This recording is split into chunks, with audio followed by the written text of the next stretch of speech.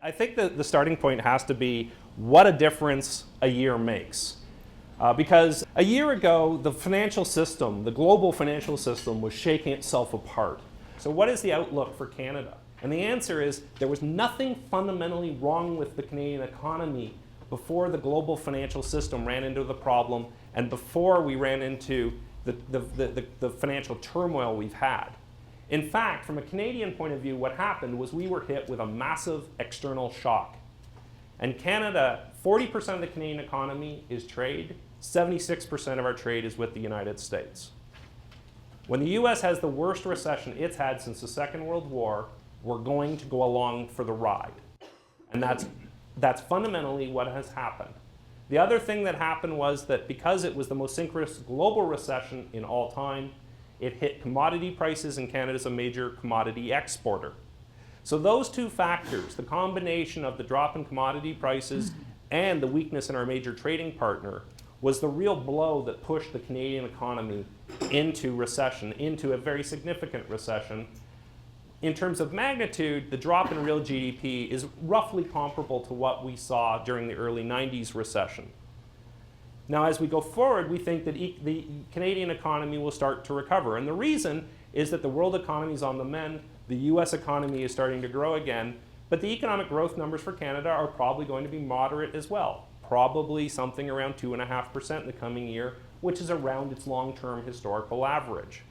Now, in terms of the composition regionally, we think that all the provinces experienced contractions to different degrees in the last year. As we go forward, we believe that we'll see economic growth reemerge across the entire country.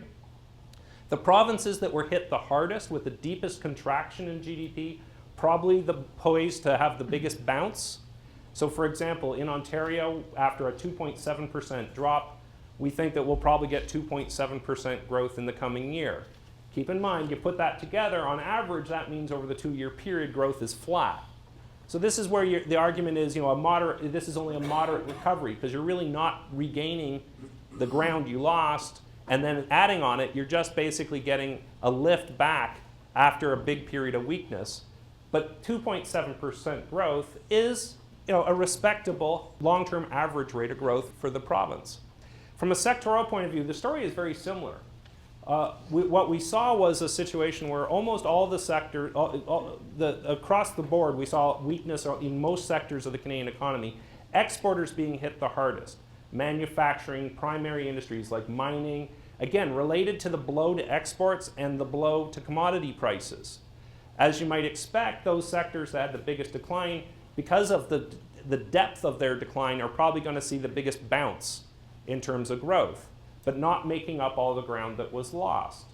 When you look at manufacturing lost 10% in terms of the volume of goods and services being produced. And in the coming year, we're probably going to see it grow at 3%, maybe a little more than 3%. So you're really not making up the ground you lost. But this is a watershed change in the environment, because you actually are starting to see production rise again. The services industry weren't hit as hard as the goods producing side, because again, it was an export shock. So you actually didn't get in aggregate a contraction in services, and we're going to see services start to grow again. When we look at the small business segment of the Canadian economy, it's spread across every sector. Small businesses are found everywhere. Now the positive thing is that the small business sector is less export oriented than large producers. And as a consequence, the small business sector, small and medium-sized businesses, have actually outperformed during the recession. And because the domestic side of the Canadian economy is improving, we're seeing prospects for small and medium-sized businesses picking up. And the recovery will lift all boats. All sectors are going to post stronger growth in the coming year. But the thing I would stress again, we have to be pragmatic and realistic about this, is not going to be booming economic growth. This is going to be moderate growth. It's going to be moderate growth for small and medium-sized businesses. It's also going to be moderate growth for large businesses. So it's going to require that businesses remain basically keeping a very close eye on being very competitive and being nimble to take advantage of opportunities in the marketplace. This is not going to be an easy climate. Now, when we look at the prospects for the Canadian economy, one of the reasons why we think the growth in Canada will be moderate is that the domestic side of the Canadian economy held up a lot better than you might have expected during the recession we just went through. So we're not going to get a huge rebound in things like consumer spending. We'll probably get moderate, solid growth in consumer spending. But where we aren't going to see the rebound that you might have expected is on the export side. You will get a big improvement, but in actual fact, it'll pale in comparison with the depth of the decline. And this is because there's a couple of headwinds that are going to continue to push on and make challenges for exporters. And the big one is the Canadian dollar.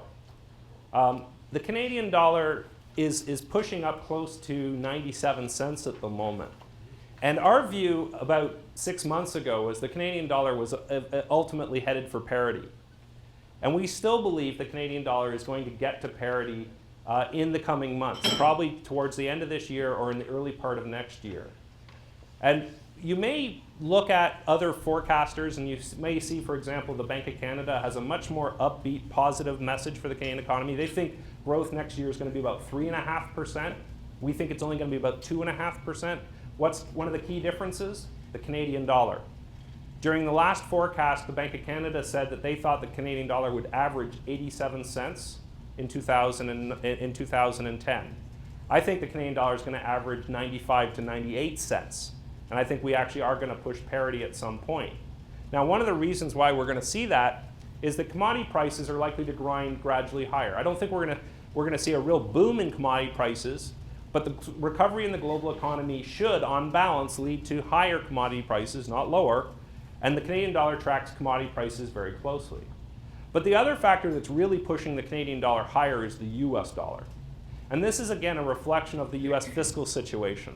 So ultimately, the Canadian dollar is likely to strengthen a bit further.